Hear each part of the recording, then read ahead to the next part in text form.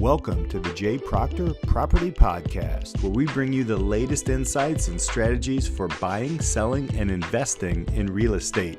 I'm Peter Hostrawser, your host, and I'm joined with Jeff Proctor of JProctor Group. Since 2003, Jeff's been working with buyers, sellers, and developments in a wide array of areas within Chicago, western suburbs, and North Shore. This has developed him into one of the top agents in the Chicago area. At over $800 million in sales, Jeff has been able to fully advise his clients through all real estate matters. Over the past 12 years, he's consistently ranked in the top 1% of Chicago Association of Realtors and has produced over $400 million in sales over the past 6 years alone. Patience and a wealth of experience and knowledge in all areas of Chicago real estate have established him as a top broker and consultant in the industry. And this is the podcast where you can join us as we explore those latest trends, strategies, and tips for success in the world of real estate. Welcome to the podcast. I'm Peter Hostrawser. I got the amazing Jeff Proctor with me. How are you, Jeff? How are you? Good.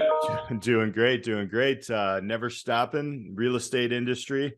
We're going to jump into today. You've been around the markets for 19 plus years. If I'm counting right, this is the third big shift that's quote unquote been tagged in the market. So talk us through that, right? Everybody's kind of like, okay, what's happening to the real estate market? 2023, inflation, interest rates, blah blah blah. That's shaky. It shakes a lot of people up. A guy who's been in the industry, professional. Tell us, what's going on there? Yeah, we're, interest rates, obviously, we're not directly correlative to the Fed funds rate per se. Like we just saw rates drop back below 6% last week, both for jumbo and conforming loans. So that's always a good sign. We anticipated that would be back into the fives here at the beginning of the year. This is a little bit different shift than the last two, right? 2001, obviously 9/11. That's when I was just getting started, was 2002. This will be my 20th year. And, that was a huge, that recession was caused obviously by the events that happened on 9/11. So that was out of our control. 2007 was the mortgage crisis, right? 2007 was probably the peak. 2008 was kept up from, if you remember, the first time home buyer program where you're getting $8,000, $9,000 credit. 10 and 11 were eerily quiet. Now, you have to understand that the market in 9 and 10, we had about 10 times the amount of inventory we have today. People were purchasing properties with stated income loans and no money down. So when it came time to sell and they were so far underwater because of the huge inventory and the amount of people buying at the time, they walked away, right? They weren't walking away from any equity because they didn't put any money down to the property. So huge boom in the construction during that time. Let's look at the factors after that. Construction pretty much halted from 2009 probably to about 15. There wasn't a lot of new starts. Therefore, today we have increased demand in all parts of the market, but we have no inventory.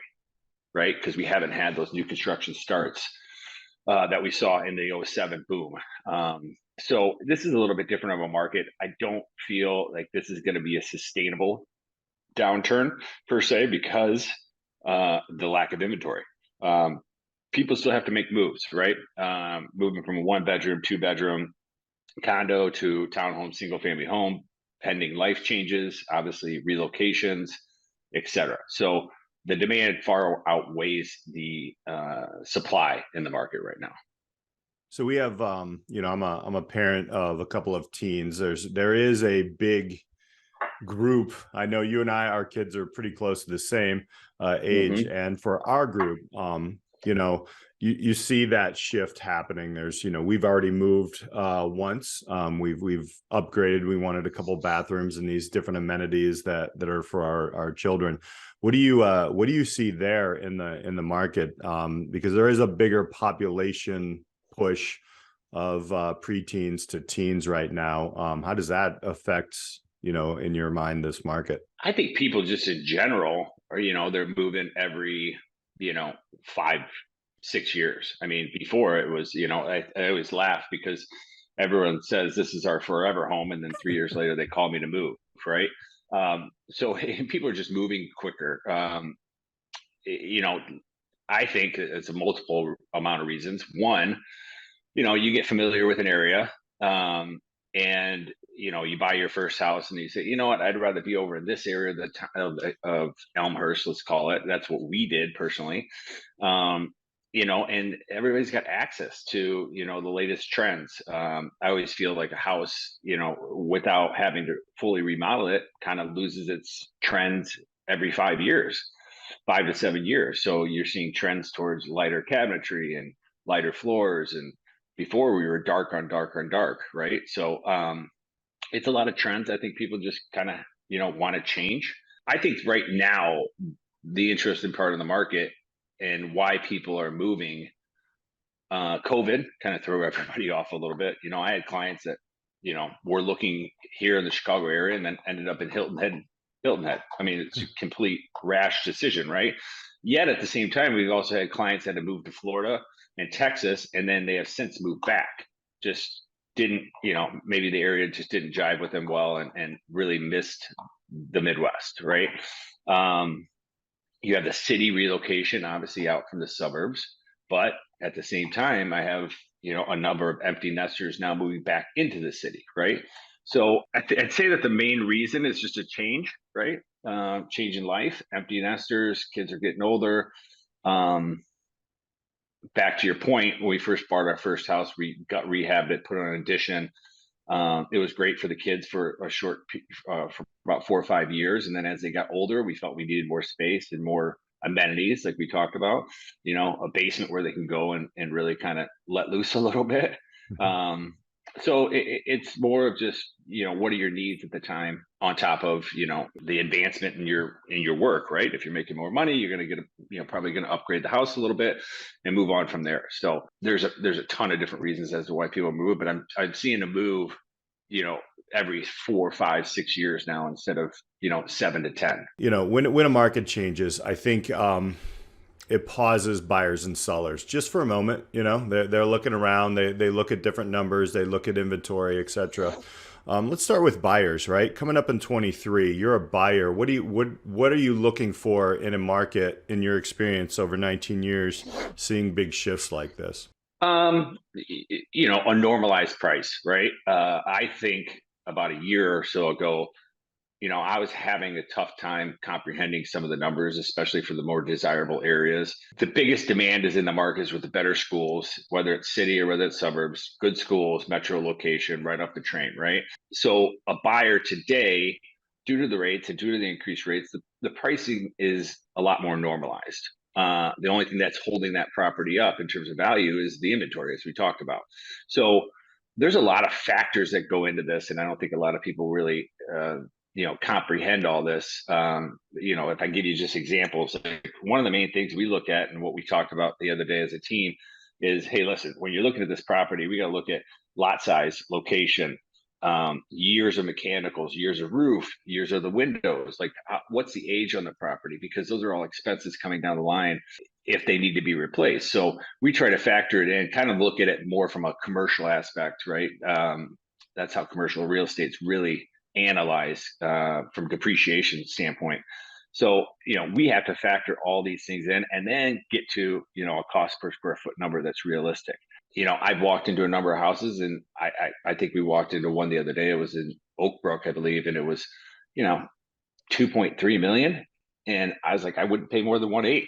And that's a huge discrepancy, right? They're just expecting the market to hold them up, whereas I can't faithfully tell my buyer, yeah, that's a great property, you should buy it for 2.3, when realistically it's worth 1.8 million. So you really have to be very analytical when you're buying property right now to ensure that you can get the value out of it in 2 to 3 years if your life changes or you get relocated or whatever else. Got it. So let's flip that over to the seller, right? You just described a seller that the market's going to hold us up, and there was a price discrepancy there. You're looking to sell your house. You just came off places online are telling us what our place is worth, which are, I have my own reasons not to believe all that, but let's talk about that. You're coming into the market. Are you going to see the same prices? Are you going to see what does that look like? Or what should a seller look for and or check off the box coming into this market in 23?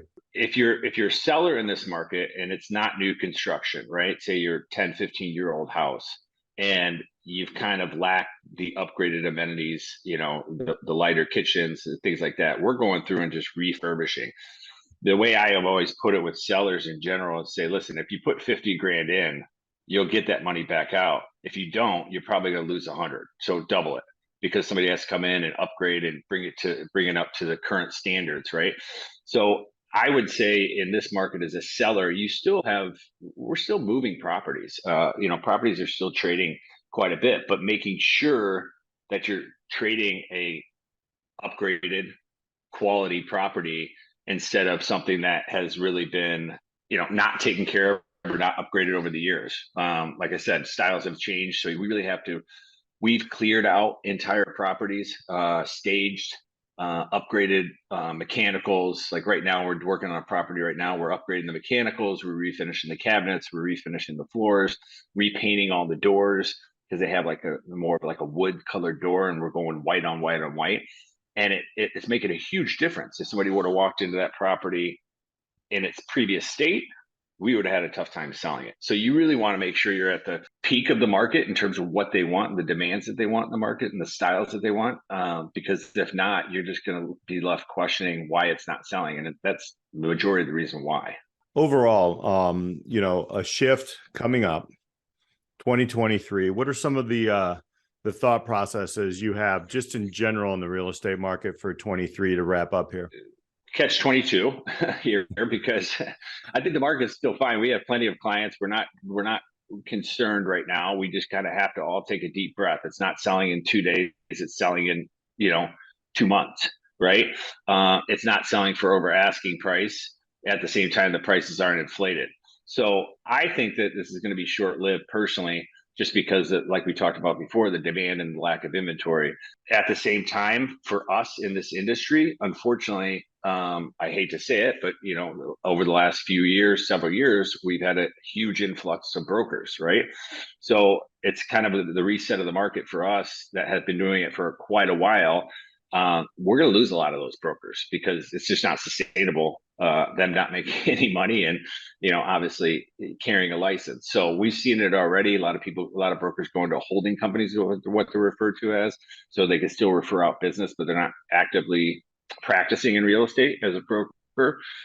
So, we all just got to take a deep breath. This is exactly like, I guess, towards the end of COVID in 2020, right? I guess it's not the end of COVID, but everybody panicked. And the big thing was, especially in the city, is, they were dropping prices one after another, one after another. I just told clients, I said, don't drop your price. There's just no demand. So you got to take a breather, let the holidays hit, come back on. So I think at the beginning of 2021, we had 37 properties that we brought over from 2020, and we sold 35 of those within the first 3 months. And that was, that's how quickly this market flips. And we're already starting to see it here in January.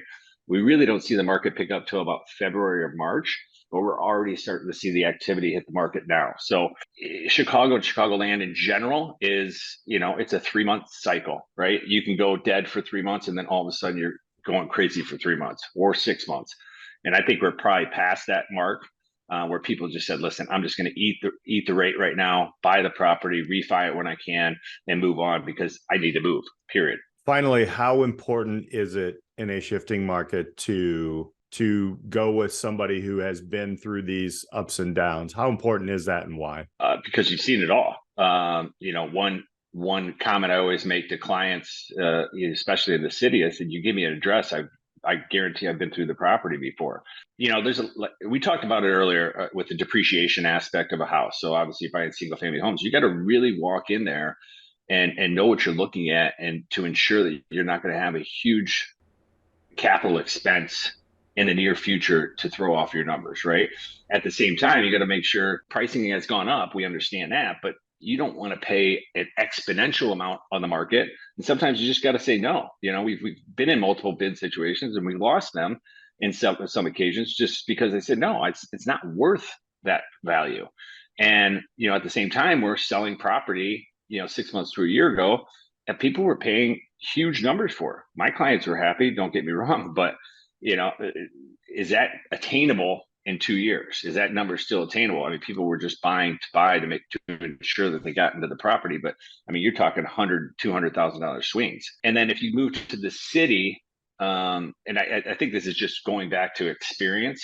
If you're buying a condo in the city, you got to make sure the HOA is financially stable, right? Are there any special assessments coming up? Are there major mechanical projects? So on and so forth. I mean, there's a lot of factors that go into this, and the numbers really never lie. So if you feel like you're getting uncomfortable with the value of the property and you feel like you're paying an exorbitant amount comparable to the market, then you can just say no and move on. There's always going to be another opportunity out there, and overpaying is not the ideal situation, especially when you go to sell. And then going back again, I always tell clients, I said, listen, I look at this property and the value if you had to get out of it in 2 to 3 years, right? Not 5, not 7. I want to make sure you can get out of it in 2, because who knows which way life's going to take you. Like I said, a relocation or a job transfer or something like that. If you can get out of it in 2 years at the value you're paying it now, we're in a good spot, because I think you'll be fine in 5 to 7. But just ensure that you're getting in at the right value to ensure that you can get out of it. It's an investment, right? And losing money is never fun. 19 plus years, big shifts. You've seen it all. Jeff, thank you so much for chatting with us about 23 today.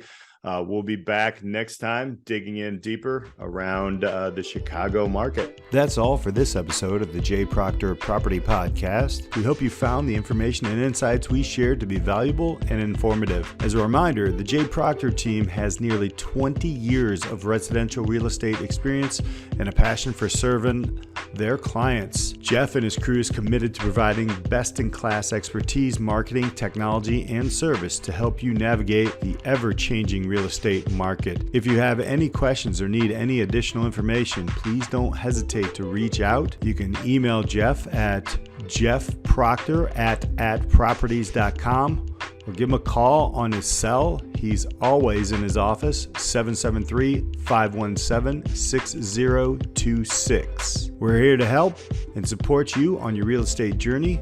And don't forget to tune in next time for another episode of the Property Insights Podcast. Thanks for listening.